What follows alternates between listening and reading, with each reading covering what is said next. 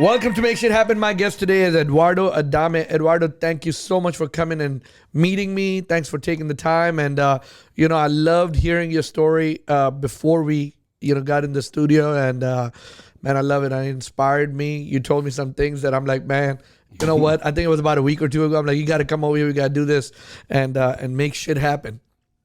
So, Eduardo, first of all, thank you so much. Thank you for having me, man. This is fun. All right, so meanwhile, off record, we were talking, and we were like, I was trying to hear your story, and I want people to hear the same story.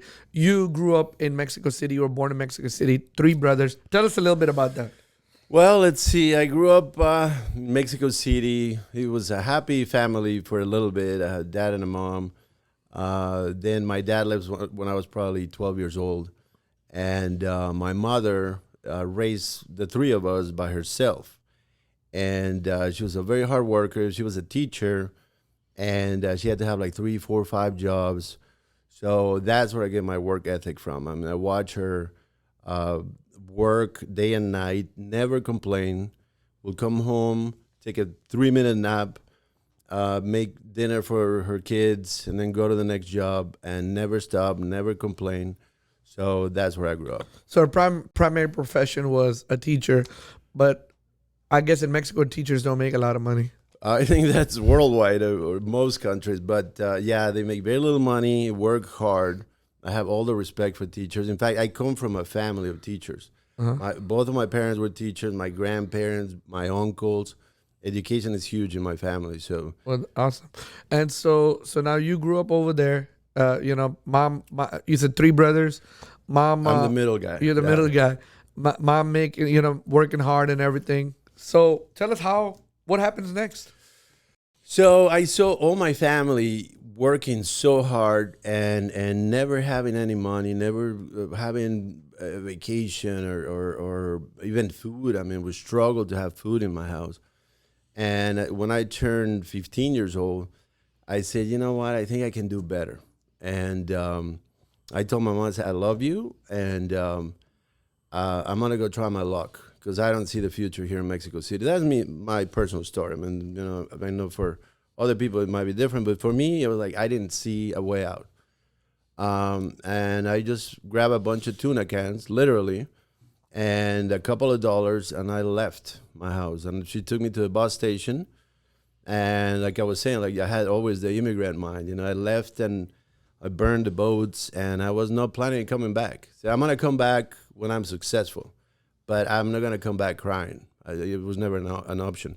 So I went to Huatulco. That was my first destination, and I got a job at Club Med. And I drove a little golf cart, and I drove the gas to the room. And a couple of days later, somebody asked me, said, do you speak English? And I said, yeah, I guess. I didn't speak a word of English, but I would take any opportunity. And they put me behind a bar, and I started bartending, and most of the guests were French. Club Med is French, so they will speak French to me and ask me for a drink in French, and I would just make up whatever came to my mind, give it to them, and I guess it tasted good because nobody complained. Uh-huh. So plus I was always making jokes and having a good time, and everybody's on vacation, so I never really had a problem. And that's where I started bartending, and then I went from Huatulco, then I got bored there, said this is not happening. I went to Acapulco, and I had a few jobs there bartending as well. And I was running a bar there. I was everything. I was the waiter, the bartender, the host, and I would bring the guests to the chairs and make drinks. It was hilarious, but still, I didn't see the future there. So somebody mentioned Cancun, and that's when Cancun started, long time ago. And I just took a bus and I went to Cancun, and I was bartending at this place, and that's where I met the love of my life. Yeah. Who happens to be from Houston. From Houston. So now this is, we talking about 30, 34, how long ago are we talking about? A lot of years, yeah. 30 years ago, 30 or a little bit more? More than 30, yeah. So now you go to Cancun, and what do you start doing in Cancun? I started bartending as well, just like I was doing, and I got a job at the best club. It was called La Boom. All my La Boom people will know what I'm talking about. It was the best club of its time. Okay, so it's a nightclub. Yes. Okay. But before I started working at La Boom, I was working at a smaller bar close to La Boom, and that's where I met my wife today. Okay. So she came in, and it was like a love at first sight. And a few days later, I got the job at La Boom. Okay. From there, me and my girlfriend at the time, we started dating, and she was there on vacations. She went home. You're talking about your wife, right? My wife now. She came back home to Houston. I stayed behind. Then she came back later on to Cancun, and we met again. It was one of those acts of luck, and we started living together, and we really fell in love. We're like, this is amazing what we had. But we were kids. We're like 17 years old, and her parents obviously. I mean, I had long hair, earrings. I can imagine the parents coming to Mexico and seeing the boyfriend. Like, what's happening here? So she came here back to Houston, and I decided to come here and try to marry and start a family. We were too young. So both of us agreed, like, this is weird. I came here, so like, maybe I can get a job. I tried a few things. It was a disaster. I lived with her parents for a little bit. Imagine that, with a brother. I mean, it was a disaster. At that time, I can understand why I was not their favorite person. But I'm like, this is not working out. So I left, and we were apart for a little bit. So you left back to where? I went back to Mexico. Cancun. Okay. And I went to Mexico for like a day, and then I said, this is not for me either. So I went to Cancun, and then I ended up in Canada. It's a crazy story, but I lived a few years there, and as I'm living in... So here, let's rephrase. So you met your wife now, your love of your life. You met her. She left. She came back again. You saw her. You met her. You're like, okay, and let's live together. You come to Houston, live with her family. You finally figured out, man, you know what? This is not working out. I don't want to be here. I can't find a job. Go back to Mexico City, and then go back to Cancun, and then after that, when you're like, I don't like that. This is not for me. Right. And now you said, maybe I should try Canada. And you Right. end up in Canada. And you end up Canada. I was a free soul. I went to a few countries. I lived in England for a little bit. And I was a little bit lost. I'm trying to look for where I can make it. Now, everywhere I went, I was ready to work. But, in England, for example, I couldn't get a job either. They're super strict. So like, just let me be a dishwasher. They wouldn't let me do anything. So I went back to Canada. In Canada, I had like the oddest jobs, until I got a work permit and they let me work. And I started bartending, making a life there. And I spent like 3 years there. And I was pretty well established at that point. So like, yeah, I can make it here. And but then I said, I miss my mom, and I wanted to go visit. I go visit my mother after 3 years of not leaving Canada at all. I go to my mother's home. I spend the night. I get there at night, so I just went to sleep, get up in the morning, and the next morning my younger brother goes to get the mail, and it starts sorting through the mail, and he looks at me, and I knew it was a letter from my girlfriend at the time. And it was the love of my life. And she was, hey, I just want to see what you're doing. I don't know where you are. The only address I have is your mother's. So, and I called her and said, why don't you fly down here? And then we go Acapulco, whatever. And we spent 2 weeks together, and it was magical. It was like reconnecting again. And we realized how we're meant to be together. Now, this is after 3 or 4 years that you have disappeared. You went to Canada, went to England, went to do all that stuff.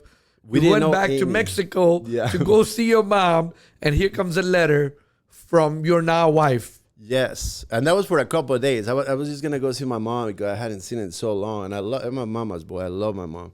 So I went just to see her, and the first day really that I was there, that's when I get the letter. We go to Acapulco, and then we said, let's do it. Of course, the parents, they still didn't have a great picture of me. They remember that Mexican guy with the long hair and the cowboy boots and bandanas. It was the 80s. So I wasn't like the best catch, and I understand that, right? So when I arrived to Houston, we didn't even tell her parents. She met me at the airport, and I didn't have anything on me. I had my clothes and my bag. That's it. No money, nothing. And we went to the court downtown in Houston, and we got married. And it was just the two of us. We didn't tell anybody else. Even the parents didn't know we got married. Mm. And so now you get married. We get married, and I just we started working on my documents so I could start working immediately. I got my work permit, and I told her, said, bring me to the 3 best places that you know in the entire city. Mm-hmm. So she brought me to the 3 nicest restaurants in Houston, and they hired me at all 3. Okay. And I had to pick one. I'm like, that one. I just saw it was a beautiful place in River Oaks. Everybody's super wealthy. I'm like, that's where I want to be. So I started working there, and started making money right away. I paid for her school, my school, and we were going to school in the morning, bartending at night. And then I kept looking at this. I mean, everybody's wealthy, right, in River Oaks. So I kept looking at this gentleman that would come in a different Ferrari all the time. And I'm like, what does he do? I really wanted to know what is, I didn't really care what he did, so I just wanted to live like that. Yeah. So now let me ask you a question. How long did you, and we'll get to the Ferrari guy right now, but how long did you work at this bar in River Oaks? Well, I continued working there for a while until I established myself in the mortgage business. Okay. Because I mean, you can't be a joke, right? I mean, when you're in the mortgage business, you're handling very sensitive information from people, their finances and all those private things that you need to earn their trust. So let's go back to the Ferrari guy. So I'll tell the story because so I'm bartending and going to school, and I want to do international business. That was my thing. And I even started talking to people, my clients that were in that business, by the way. It's like, hey, this is good. But every time I met them, like, they had very poor family lives because they travel a lot. So they were all divorced, and it was a mess. Like, I don't want that. I want a more stable life. So when they said that guy does mortgages, I'm like, that sounds good. I didn't even know how to spell mortgage, to be honest, or what it was. I had an idea, but I just said, where does he work? Somebody told me his office address. I put my best suit that I could afford from a cheap store, and I just showed up. And I went to the main secretary and said, I'm here to see Mr. So-and-so. And she had me said, do you have an appointment? I'm like, no, just tell him I'm here to see him. And I guess the gentleman was curious, who had the courage to go do that, right? He was a very high-level guy. I'm a multimillionaire. And they let me in, and I went to his office, which was all the way at the end of the hallway. And I was a little bit nervous, to be honest. Passing all these people, everybody looking at me like, who are you? And I went straight to his office, and I sat with him. He's like, how can I help you? And I said, I want to work for you, and I don't want you to pay me. I just want to learn your business, and I'll work for you for free. And needless to say, I got hired on the spot. Well, you were working for free. I was working for free. So didn't this guy look at you like, why would I tell you all my secrets? I guess he saw something in me. Like if somebody walk up to me right now at this point in my life, I mean, all my employees are similar stories. I mean, most of them come from different places, and when I see that talent now, I can see it a mile away, just probably like you can. Who's got it, and that hunger, and I want to do better. So he knew me. He knew I was a bartender. I mean, he recognized my face. But I took him by surprise when I said, hey, I want to work for you for free. I don't think he was expecting that. And I guess he liked the sound of it. I would like the sound of that too as well. I will hire that guy. So before I knew it, I'm riding with this guy and his Ferraris and flying on private jets and meeting great people that it was beyond my imagination. I mean, we would go to CEOs of companies, and I was nervous. I'm sitting with all these suits. Everybody's a $10,000 suit, and I'm wearing my Walmart shirt, and I always feel so out of place, but I was there. You know, I always lived apart. I would go meet him at expensive restaurants, and I had an Explorer, you know, an old Explorer, and I would park it blocks away, and I would walk and do the meeting, do the dinner with this important people. And at the end, everybody will be waiting for their ballet at the front, and I would just stay with them talking and just wait until everybody left. Yeah. And then I would walk to my Explorer. Explorer 10 blocks away. Yeah. And so how long did you work with this guy? It was a while. So during that time, that's when, you know, you start building your credibility, right? So I mean, I was fearless. I think that's what I can share with the younger generation. Now, you gotta be fearless. You gotta give it all you got. You know, just go for it. You may fail, but you learn something.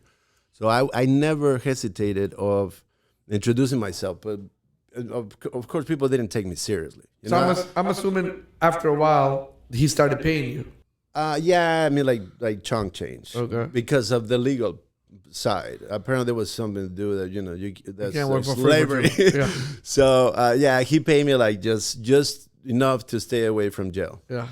And I had cards, you know, like mortgage cards, and What is a mortgage card? I'm sorry. I mean, my business cards. Oh, business cards. But imagine I'm behind the bar making drinks for my clients, and I will pull, hey, if you want a mortgage, let me know. I mean, of course, it was laughable. Right? I mean, I didn't get too many business out of that. And I'm dealing with multimillionaires. So, I mean, I think they thought it was cute. But obviously, I wasn't doing any money on doing that kind of business. Like, yeah, my bartender did my mortgage. At that time, maybe other types of jobs, maybe. But when it's like giving you my finances and my W-2s and tax returns and all that, you don't give it to your bartender, right? It's not that easy. So that was a very rough transition, right? During that time, I had to go to mobile homes to take applications. I mean, I did people all over outside of Houston, you know, because they're the real people that wouldn't talk to me. So I would go sit at the table of families in mobile homes. No offense, you know, but it was You got to start somewhere. and it was very difficult to explain, you know, the numbers to him. But I had a lot of patience. I would just sit there. And I really care about these people. And I always had that Robin Hood mentality that I wanted to help my Hispanic. And that's one of the reasons why I'm here. You know, I like to help people naturally. That's in my DNA. And even though it was so difficult and sometimes I wouldn't make money, I would just do it. I call them tickets to heaven. And even my employees today make fun of me because I still do them today. So, oh, there he goes with his ticket to heaven. Because it's super difficult to do. You don't make any money. It's incredible difficult to do. People that can sign here or sign there, or they don't know what they're reading. It's very difficult to do. But I still enjoy it. I mean, I'll tell you one just quick experience. One time I had this family. They had burglar bars in their windows, but because they live in a very dangerous neighborhood. And I did the appraisal. And the bank that I was doing the loan with at the time said, no, we can't do that. Is because if there's a fire in that place, those people will die. And they looked, they had no latches and stuff. And I said, yeah, but if they don't have those security fences, they will also die because somebody will break into their home. You can't win, right? So they say, I'm sorry, I cannot help you. So I swear to God, I went on a Sunday to this family's house with a tool to remove all the burglar bars from every window and every door. And there were a lot of them. And we removed them all. And he didn't even have the tool. It's like a special tool that you need, like the backwards thing. We didn't have it. We did it with pliers and whatever. So we took them off, all of them. I sent the appraiser again. They did the appraisal without the burglar bars. We closed the deal. And then the guy comes and said, can you help me put them back? I said, yeah, I guess. So I went back to his house. And the two of us put him back because that's the safety for his family. Yeah. And I did a million things like that. You know, that it was, now when I look back, I laugh because it was a fun experience. I'm like, dude, I want to help you, and they were in a much better situation when I helped them do that transaction. And then I'm still friends with a lot of these people today. Yeah. So Eduardo, tell me, let's walk back right here. And today you own Rock Mortgage, right? Correct. And I know you had owned another one previously, and we'll talk about that in a second. But let's talk back about when you started working with the Ferrari guy. Okay, and we're gonna just call him a Ferrari guy. And you worked over there. You learned a little bit. Now he's paying you chump change. You're working at the bar, but now you have figured it out. I want to be in this mortgage business. And you start going to trailer homes, smaller homes, rougher neighborhoods, getting it done. How hard was it? And did you ever get discouraged? Was there a time you get discouraged, or was that a time that you're like, you know what, this is good. I'm going the right way. I'm gonna keep going. I mean, what happened? Tell us a little bit story. Great question. In fact, you definitely get it how it works. So at first, I've always been super driven. So nothing really brought me down. That's my nature. So until this day, I get up and I go and I'm excited and I love every day. So there's very few things that can bring me down. But there was a time, because I wanted to be Robin Hood for my Hispanic friends or my Hispanic race in general. So you know what? I want to help my people. I know people tried before, but I'm going to be the first one who can help them. I mean, we all have said that, right? And I did my best. And like I said, I help people. I didn't speak English. I just help people in trailer homes and very dangerous neighborhoods and so on. And what was disappointing to me at one point in my life was that a lot of these people, unfortunately, lied to me, and I lost a lot of money because I would pay for their appraisals out of my own poor earned money because they didn't have money to pay for their own appraisals. Mm-hmm. So I would pay out of the little money that I made on the prior loan to help them out, just to later on find out that they lied to me when I looked into their eyes and said, look, if you're not telling me the truth, I'm not going to be able to help you. And they will bring the whole family to my office sometimes. They bring the grandma and the cousins and like, I just need you, man. But they will bring everybody. And in front of all these people, they will tell me their story. And then throughout the process of the loan, I will find out that half of what they told me was not true. And then we find out with documents, one guy, for example, built a second floor in their house. I said, you have a permit for that because if you just build it, that's not legal. Oh, no, yeah. I told the HOA, I went to whatever. I said, okay, I need those documents because they're going to ask me. Perfect. I paid for the appraisal. I did all those things. And then he kept just giving me the turnaround. No, I'm going to get them to you. Until I called the HOA. I said, hey, listen, my client cannot find his documents. Can you help us with this? And the HOA told me, oh, we told that guy a million times that he could not build, and he went and built anyway. So, I mean, a lot of things like that happened to me, and I was disheartened. I'm like, dude, you lied on my face, and now you're not winning, and I'm losing money, not even not making money. I'm working day and night for this. So there was a time in my life that I called my mother and like, I cannot do this. I mean, I try to help them, and I at one point said I have some clients that I call the unhelpables. I mean, there's nothing I can do. If you don't help yourself, I cannot help you. And what did your mom say when you called her? She's just like my rock, She just built me up, and don't worry about it, keep going. And I kept going. I said, I'm not gonna let it bring me down. So I just kept going. All right, well, good. So you work with this guy, and then so when did you think, you know what, I think it's time for me. So before I ask you that, how many mortgage companies did you work with before you said it's time for me to open up my own? Good question. So first I worked with the Ferrari guy. The Ferrari guy. Then I made a big mistake. I got an offer from a bank, a big bank, very popular bank. I'm not going to name names because I don't want to bring in this personal thing, but I know a lot of these people still today. So I went to work for a large bank, one of the largest per se, and thinking that having that name on my business card was going to help me grow, and I was wrong.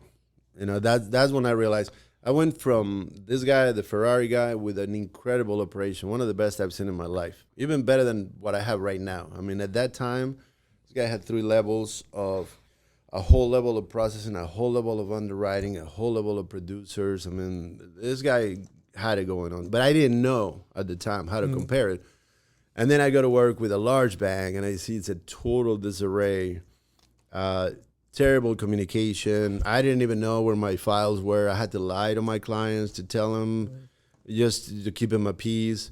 And that's when I realized, I said, you know what? I got to do this on my own. I cannot be working for somebody else. And so then what happens? So then I started doing real good. I started working with one of my good friends and making really good money independently. Still under their umbrella, but independently. So basically using their lines of credit. And I started doing real well, and that's when the mortgage cows happened. And that's another story that we didn't talk about earlier, that that's what tests you, you know, that obstacles will always be there, always, one way or another. So during the mortgage chaos, I was a mortgage broker. And saying mortgage broker was a bad word. Remember the news? Yes. Oh, mortgage bro has created all these problems. So I was ashamed to say I was a mortgage broker. We're talking about 2008. Right. And all my colleagues, all my coworkers, everybody ran away like everything was on fire. And that is one of the biggest tests I had in my entire career. When I just had recently bought a big house, my first big house. And all of a sudden, I'm not making any money, and on top of that, I'm treated like a criminal for no reason. I mean, we didn't do anything wrong. Like this was the whole system, and then they blamed us, and it was pretty bad coming out of that. So I had friends that went to do all kinds of different jobs. Like I have a good friend. Again, I'm not going to name names, but started buying cell phone towers. And every time he bought one, he would get a check like $20,000-$30,000. And I couldn't even pay my stuff. I mean, I was sleeping with one eye open, putting everything on credit cards. My wife didn't even know, because if I told her, I know she would bring that stress on me, and I couldn't keep going. So I kept that all inside of me. And I didn't sleep for months, you know, but I kept going. And I would see my checks, my friend bringing the checks, and say, look, man, come with me. We can buy cell phone towers. I'm like, I know I can do that, but how many cell phone towers are there? That looks like a pretty temporary job. You're gonna make some money right now, but what about tomorrow? So I said, I appreciate it, man. I'm gonna stay in what I do, and I kept going, little by little. You know, I started cleaning up the name of the mortgage broker. So like, yeah, there's some bad apples, just like in any other business. You know, car salesmen have a reputation, but there's some good guys. You know, same in their business. Like there's a lot of good guys in my profession. There's the bad apples, and by now I think they're gone, most of them. So that was one of my other goals. Say, like, you know what? I believe this is a noble profession. I help a lot of people get into homes, which I love what I do still today. It fascinates me. And I think I can clean this reputation, and I just kept going.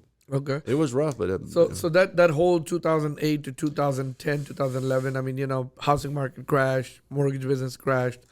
And then, I mean, of course, after that, so let's just say 2010, 2011, you try to clean up your name, start working. What happens next? So I joined every possible group there is. And this is what I try to teach, you know, younger generations. Like, you can't just, things are going to get hard on any business, right? It's a roller coaster. So sometimes you're up, sometimes you're down. What are you going to do when you're down? Are you going to run away and start doing something different? Or if you have a passion to do what you want to do right now, first pick the passion and then go for it with everything you got, regardless of what happens. So that's what I did. Instead of running away, I have a funny story of one of my realtors that we're still best friends today. Well, at least I consider him one of my best friends, is that I had one client. I was going to every BNI meeting in the morning, you know, Givers Gain, and I have a group of people, and we would exchange businesses. So I was there at 7 in the morning. I will drive hour and a half in the morning to get there, do that meeting, and then go to the next meeting, and then I will do presentations at night. I never stop. I was dedicated. So one of the things that I did, it was like I had one client, one that was decent. So I called, I found this group. I joined this group for realtors that was costing $500 a month. And I had to put on a credit card because I didn't have the money. So my credit card bill was building up and up and up. and on top of my everything else, right? Mortgages, and you can imagine. So I'm putting this thing just to be a part of this club, and I call this thing. I'm not gonna name names again. I don't want to get anybody involved, but I said, "Who's your best realtor in this particular area?" So the name came up, right, from 3 or 4 different people. So I called this guy out of the blue. You know, that's my specialty, and I went to interview him if he was good enough for my client. But I was acting like I was the big shot, right? I mean, you always have to act like you own the place, right? Yeah. So I had my one client, and I went to, instead of saying, "Hey, can I have your business?" say, "I'm going to give you business, but I want to know if you're good enough to take care of my clients." So I went to his house. He invited me to his beautiful house in Piney Point, and we sat by the pool, and I interviewed him. And he was just telling me how good he was and all of that. And I just kept a straight face, you know. Okay, I think you might be a good fit for my clients. And it worked out. And then from then on, we've been doing business ever since. So basically, you send all your clients to him, and he brings them. No, I mean, we really, as mortgage brokers, we don't have, or bankers, however you want to call it, we don't have that many clients that don't have realtors, right? It's the other way around. The realtors bring us their customers. That's the first stop, and then we try to approve the loan. Is that the chain? That's the chain, yeah. I mean, from very once in a while we get one person. And you get. So that's why I had to milk this one. I had one client that needed a realtor. So you want to make sure that he will bring you customers. Well, I first give, right? First give. Maybe you will get something in return. You know, I listened to Gary V. You know, once in a while, Gary V's, I don't know if you ever listen to him. His whole thing is like jab, jab, jab, right hook, you know, give, and then right hook that ask for it. You know, right. But first give. You know, you got to give it for free, a lot before you ask for that's something. True. You know? And that's the mentality. Bring value, and I mean, you know, that's what you're saying. You give it first before you ask. You know, and that's how a lot of people don't understand that. They want to ask first. Exactly. You know? That's not how the universe works. And that's why, you know, I've learned so much from different groups. I've been in a number of networking groups, and everybody has their own system, their own theory. But I can tell you this, for any new business owner or somebody who wants to grow their product or whatever, I'm telling you, for me personally, BNI was huge because, number one, I was dedicated. Number two, I didn't go there to take, you know, and that's the that's the motto of BNI. That's their phrase, givers gain. You have to give without expecting anything in return. That will come back later, and that really sounded with me. So that's why I joined, and not only joined, I always became the president and the treasurer, and I wasn't just there to sit by the wall, you know, like a lot of people go there to sit and they think that's enough. That's not enough. You know, every time they say, "Hey, Eduardo was the president already this year. Who else wants to be president this year?" Everybody will like lower their heads. Yeah, I was like, "I'll be the president again." So I was the president of every group of every networking thing, and if you have that attitude, not only, I mean, if you think about it, who's going to pay attention to the guy in the corner, right? Nobody. But if you're running the show, even though we're on the same level, right? Anybody can be president. They change that every year, but nobody wants to do it. It just takes a little bit of work. You run the show. But at the end of the meeting, commitment. At the end of the meeting, everybody comes to talk to you, right? Say, "Hey, I like what you said," or "I want to be part of the group. What do I need to do?" And then you establish that relationship. If you're sitting by a wall, that's not good enough. That's not good enough. You know, Eduardo, you know, you're pretty successful in mortgage business, and I mean, you know, now you got a really good, solid mortgage business. You call it rock mortgage, almost as solid as a rock, right? We call it rock bottom rates, rock solid service, rock mortgage Houston. That's what the motto is. Okay, that's our little motto. So you ever thought about, and you know, you ever thought about, hey, you know what, maybe I should be in some other business?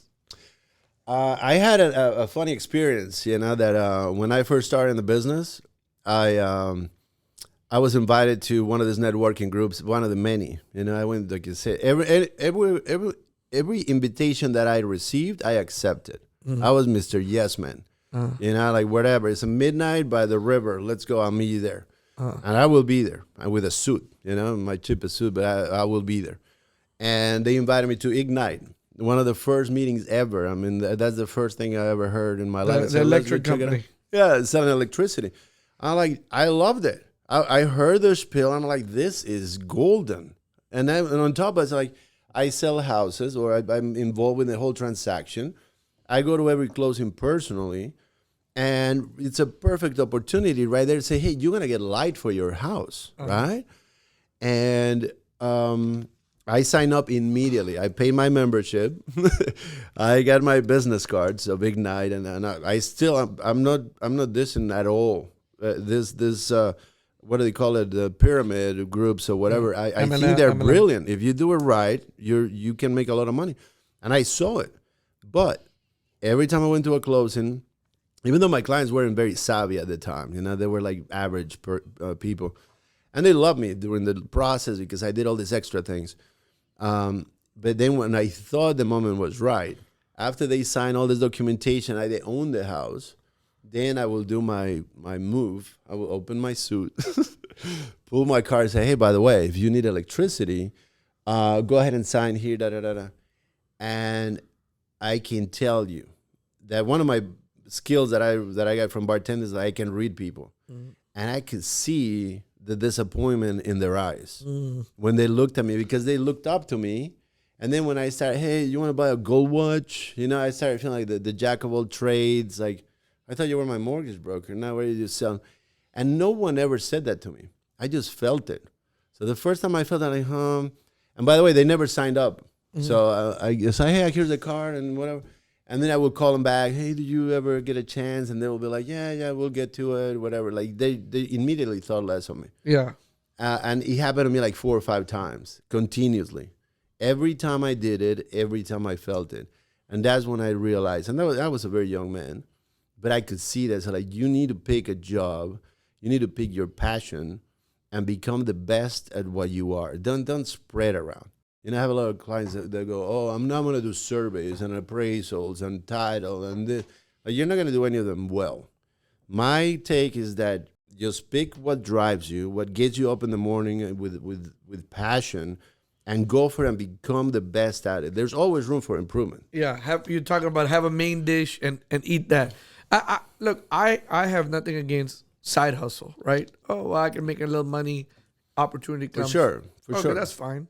But having a main business, my whole ideology is have one business, excel at that business, focus on that. Don't spread yourself too thin, because you only have 24. Like you have said that earlier before. You only have 24 hours a day. Right? How are you gonna apply them? And if you have 6 businesses, it's like they need 6 attention. I mean, it's just like having 6 girlfriends. Yeah. What is it? Is it one for Monday, one for Tuesday, and you rest on Sunday? Right. None of them will like you. They're gonna be married to somebody else, by the way. It doesn't work. Yeah, that doesn't work. I agree. Become the best at whatever you choose. There's no right or wrong answer to whatever drives you, right? But once you find that passion, give it all you got, because I guarantee you can try all your life, thriving for perfection. You're never going to achieve it, but you can never stop trying. And there's always going to be the next guy who comes along and starts doing your business better than you. Exactly. You got to be on top of it. So again, let's talk about this 24 hours. What do you believe in 24 hours? I am super passionate about that. Like, time has always been so valuable to me. I adore my children and my family, and so I have to make sure that I put the time in there, because otherwise, I would just be working and creating. And so I have to physically stop myself. I'll give you an example. If I'm in my home office on a Saturday working, and I'm focused, I have my coffee. I love coffee, so I have my coffee. I close my doors. This is daddy working time right now. We'll play in a little bit, but when I'm working, I'm working. I go outside to refill my coffee, And if my wife starts talking to me when I'm in my mode, I stop her story right in the midst. Like, you know what? I want to talk about this. We'll talk tonight, but I'm in a mission right now. Let me finish this, and then we'll continue this story. I'm so focused. I get up in the morning. I work out. I got to take care of my health, because if I don't work out, I feel like my day goes wrong.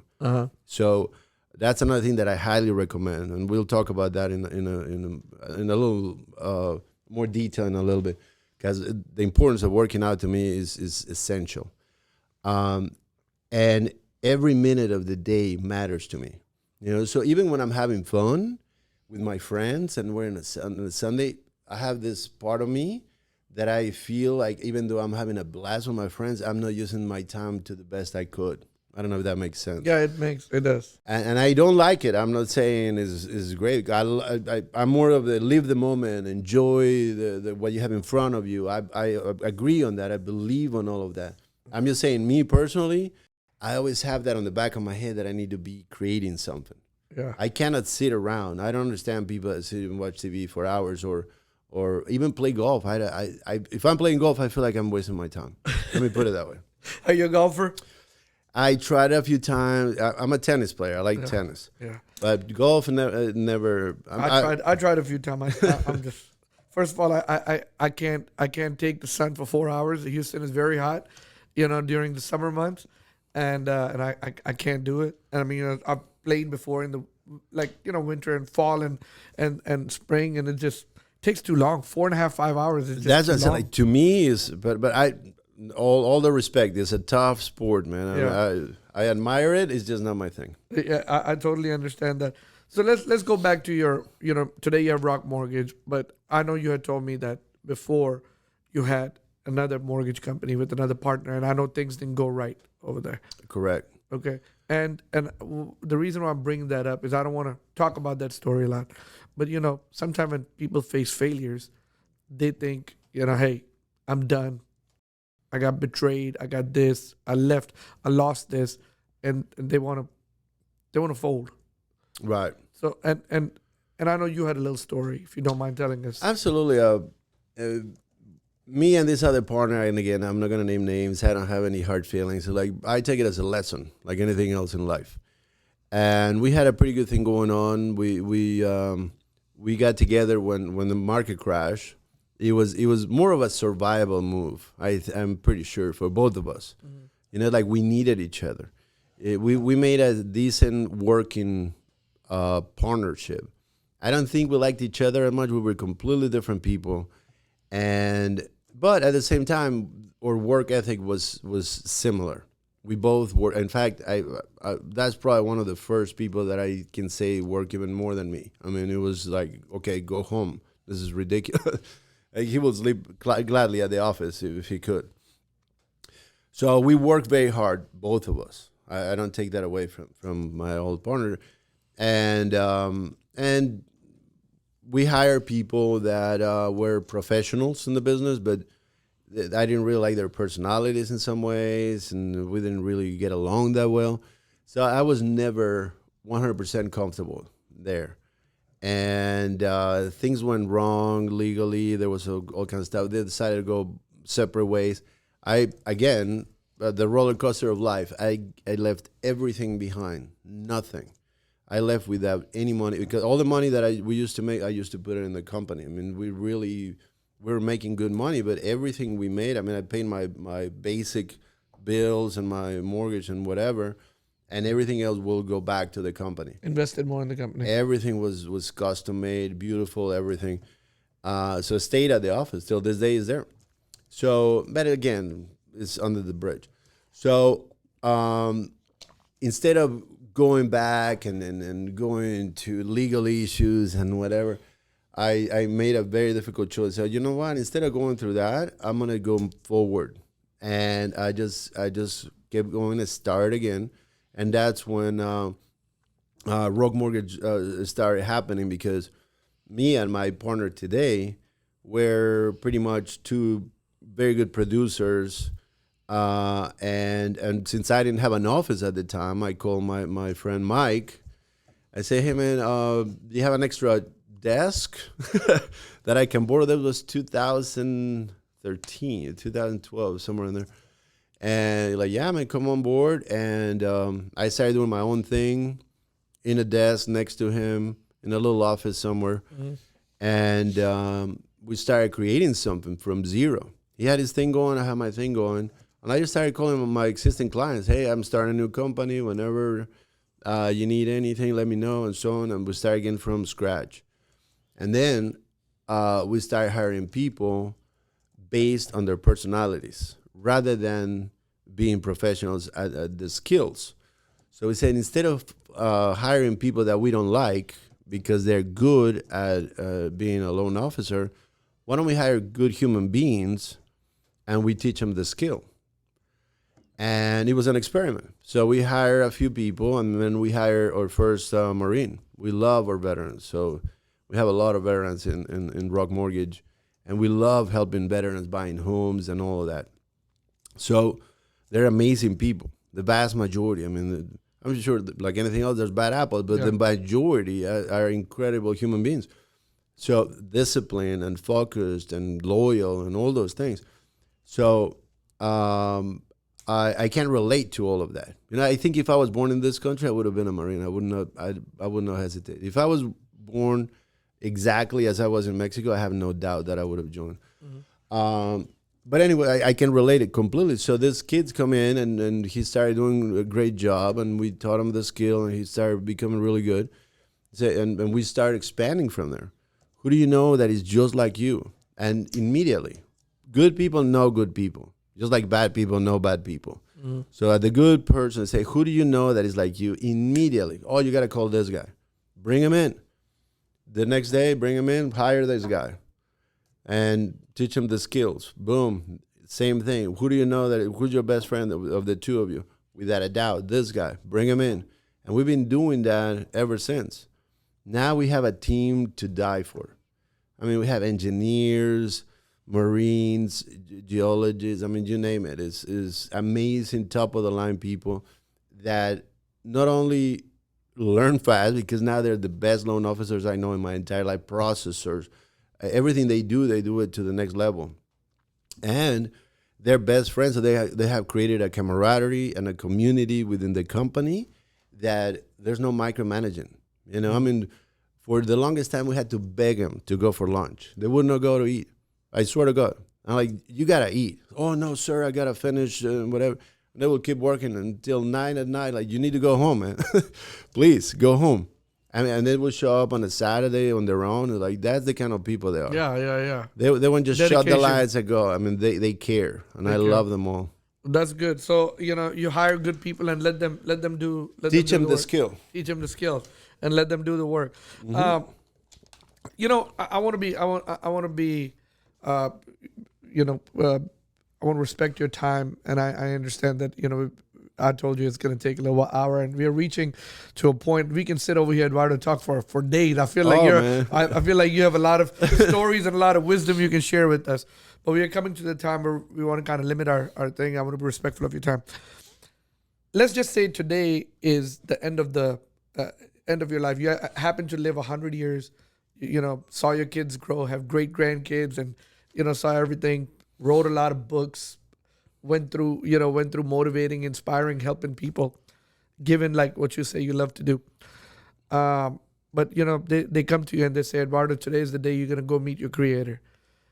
Everything goes with you, your books, your tapes, your podcast, everything. But here goes a pen and a paper. And I want you to write 3 things in this pen and a paper to share with your future generation, your kids, the rest of the world.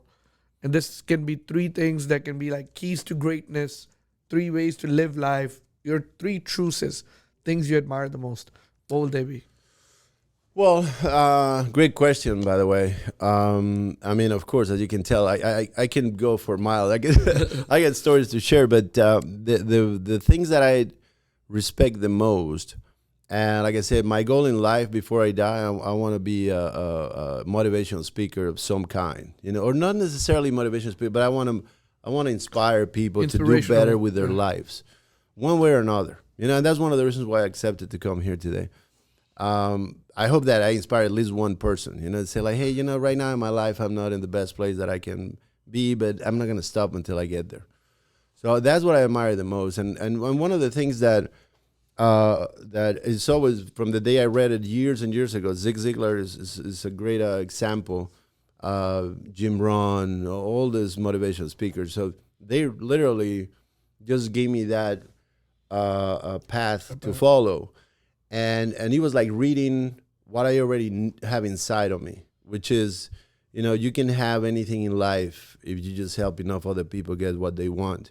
When I read that as a kid, I was like, it's so simple, but so meaningful. And if you truly live your life that way, truly, you got to be grateful. You gotta give without expecting anything in return, and mean it. Because there's a lot of people that fake that I'm helping. It's like those guys that film themselves giving food to homeless people, but they just want to feed their ego. No, when you really want to help somebody, you don't announce it to the world, and you don't do it because you want the fame or to expect anything in return. That's the one thing. If you live your life that way, I guarantee you the universe will give you back in return. Number one. Another thing is the same thing with Jim Rohn. Said, success is something you attract by the person you become. That phrase is so deep to me because, again, it's so simple. And I'm a simple man, but I like to overthink. And that's the things that if you are chasing success, you're never going to reach it. If you're just chasing being a fake or being a mediocre or whatever you do, you're never going to reach it. So and this is what I try to teach my children and my team at the office, work on yourself. All the other stuff will come later. You don't go and pretend to buy the Ferrari. And it's like the guy who wins the lottery and spends all the money the next day. He doesn't know what to do with it. That happens universally because they're not prepared. They're not ready. They were not supposed to get it. You don't get a plant just by putting the bean on the ground. You have to grow and learn. So that's not going to happen automatically. You got to work on yourself. You got to work on your skills. You got to learn every aspect of life. That would be number 2. And number 3 would be grateful forever and be authentic, grateful. I think that being grateful is probably one of the most important trait of any person. And by that, I mean real grateful. That you're grateful of every day you have in your life. When you get up in the morning, I swear to God, this is a true story. Before I set a foot on the ground every single morning, I say a prayer in my mind, and I thank God before I put a foot on the ground every single morning since I can remember. I did it this morning. Every single morning, I cannot get out of bed before I truly thank God, and I go to bed thanking God for that opportunity to have another day. If you live your life with those simple facts, you will succeed. Yeah, be grateful. I mean, that's gratitude is super important.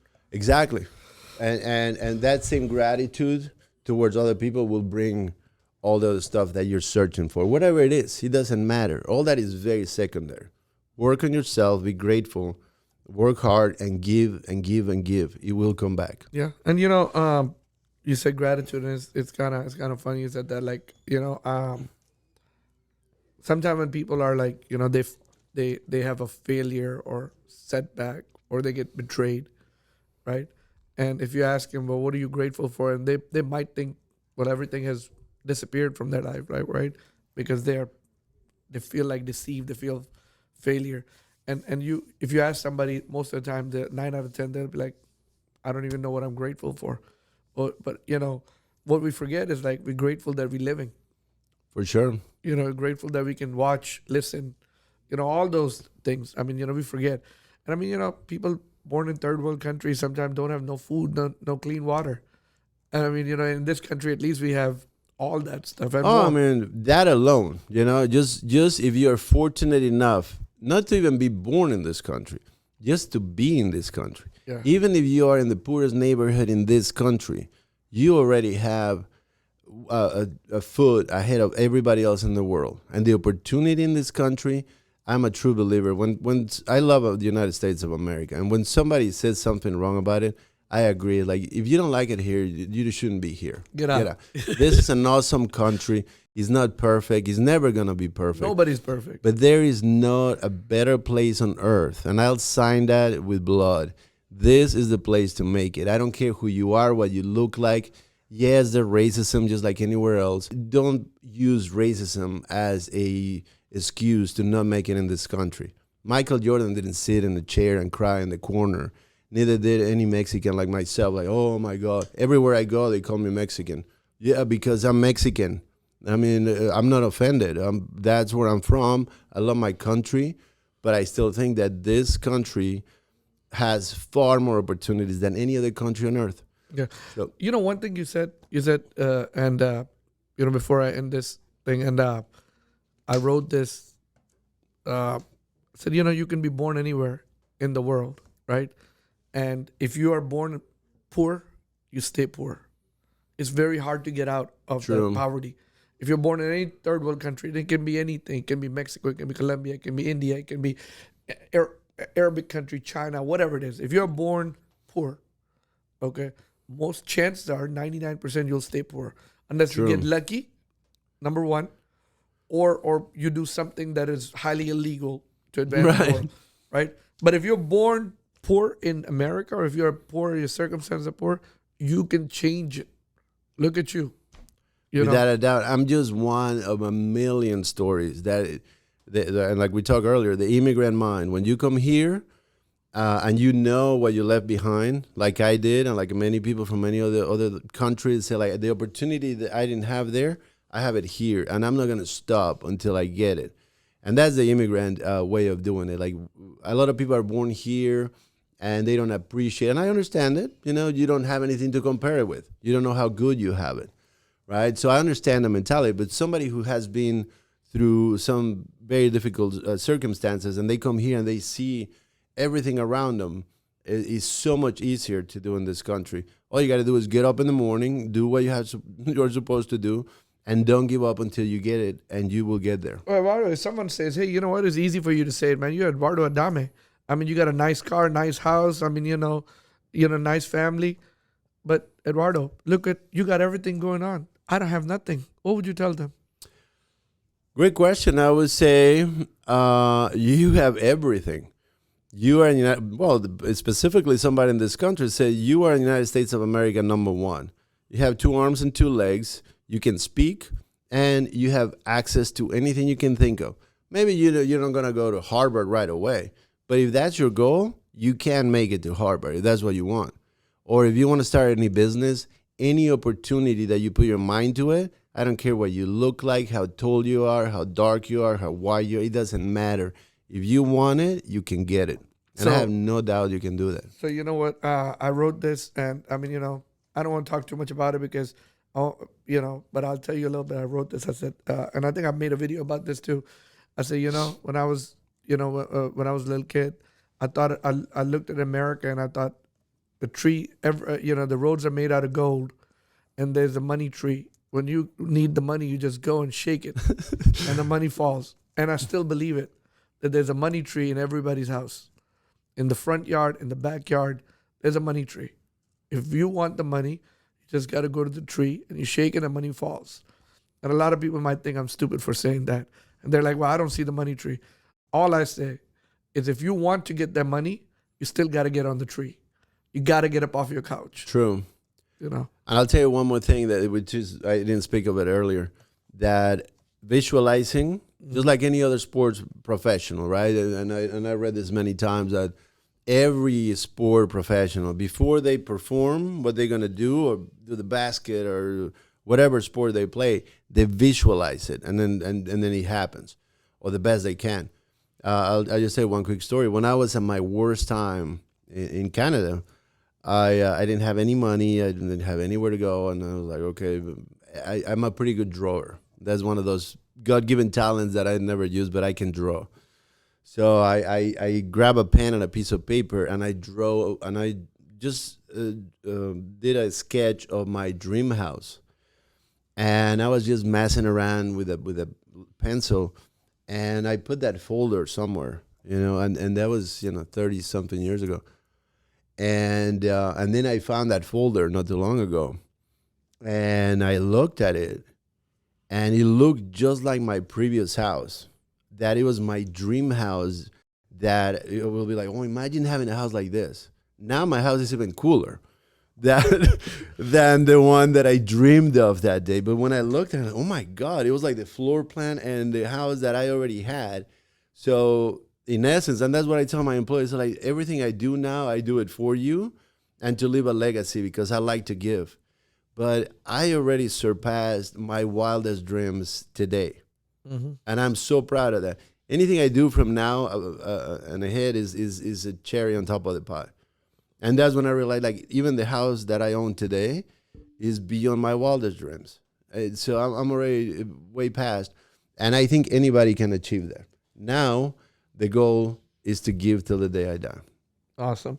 Thank you so much for Eduardo for coming over here. Thank you for sharing your wisdom and your stories and everything with us. Hopefully, I can get you back over here in in a couple of months or a year or something. I know you said you like to write, so we would love to see you write like a memoir or a book or something like that. And I would love to bring you over here. Well, awesome, man. Thank you so much. Pleasure, man. Thank you for having me. This has been fun. Thank you.